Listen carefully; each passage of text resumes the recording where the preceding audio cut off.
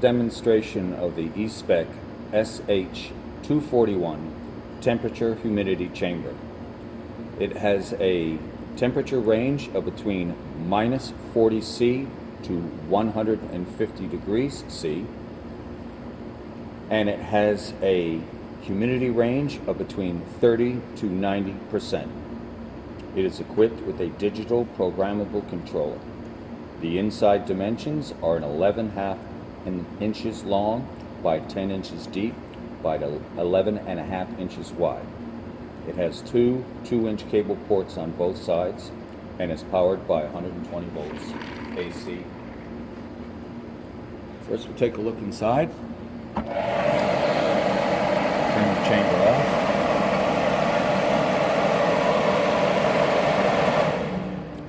Okay, we have both our humidity and our temperature probe hooked up right next to their humidity and temperature probe.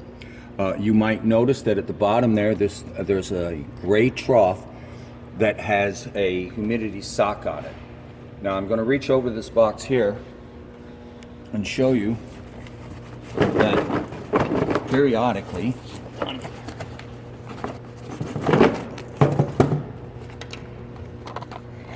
there are new humidity wicks, if you will, and these are to be placed in there, and that is to sense the humidity in there. It's a very simple thing to exchange. It's like a little sock that goes over the end of the actual sensor probe itself.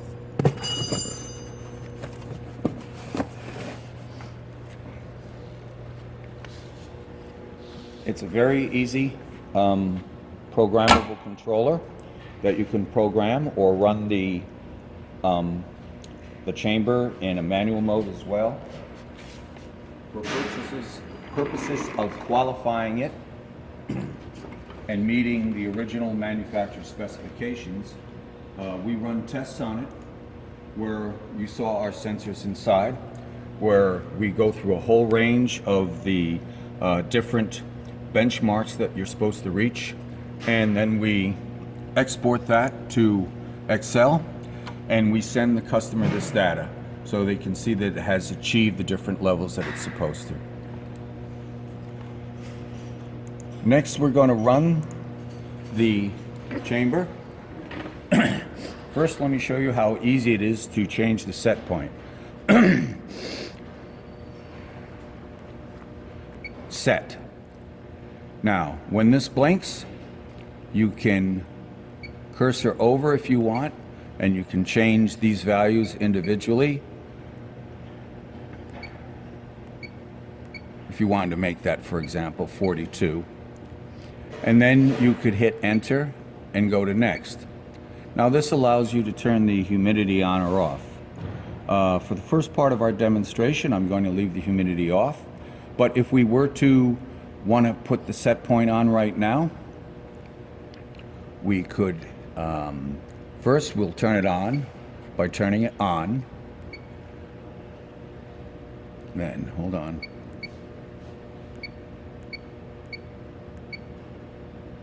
They're at relative humidity 48. Now, next, you can come back over here. And as you know, we set this, I believe, for 42. So, first thing we're going to do is just turn it on so you can hear it.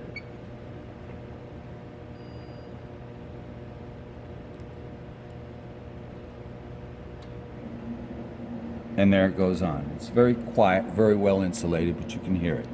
Right now, it would be heating up. You can just hear the relays kicking in for the refrigeration system that is standing by. Now, let's change the set point. And what we'll do is we'll run this all the way down to minus 40. And we'll enter that, and we'll just hit next, go around, there we are.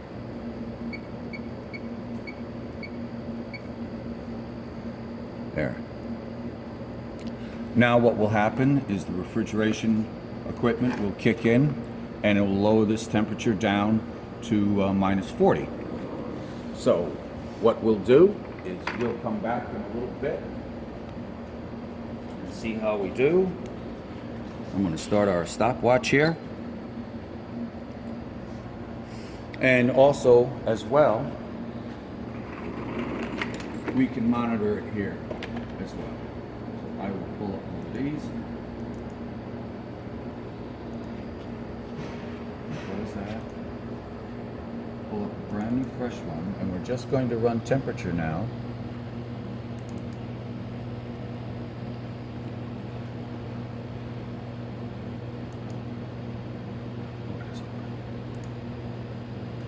Here, let's clean this up. Let's stop this and run a new one.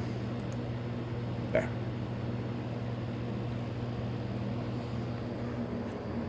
Okay, 16.4, 15.2. It'll level out. So we'll come back in a little bit and see how it does. Okay, we've returned now, and we're just about to hit minus 40, which is the low temperature rating for the chamber.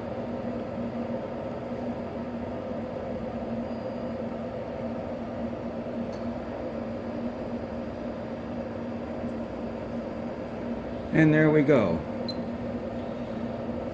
Just under 40 minutes. The specification is 50 minutes. So this is well within spec. Now, next, we're going to heat it up. We hit set. And we're going to go all the way out here. And go all the way up to its maximum. It's rated for 150. And enter.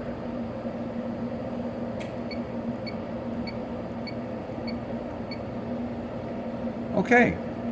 Now we're going to heat all the way up past room temperature, which was plus 20 degrees, up to plus 150 degrees. Start our top stopwatch. And we'll come back in a little bit and see how we're doing. We've returned. We've hit our maximum temperature of 150 degrees C. We did it in approximately 45 minutes. The specification is 60 minutes. So again, this is well within spec. The next thing that I'm going to do is I'm going to lower this back down to room temperature here.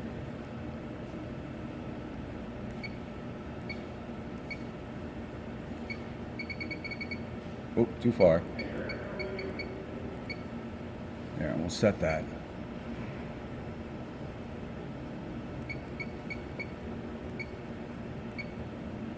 Now, I'm going to bring this back to room temperature, and as you can hear, the refrigeration is going on to pull it down. And then once it's at room temperature, we're going to do one last little demonstration of humidity. I'm not going to go through the whole range, but I'm going to set it for 50 degrees C and 50% humidity. So we'll come back in a little bit and we'll do that last test, and we'll see how we do. Okay. All right, we're back down to room temperature. We've capped up the sides here like you'd normally operate it. Now what we're going to do is we're going to turn on the humidity. Okay. And humidity on, enter. Next. And there's our 50%. That's where I wanted to put it. Enter. Now, next.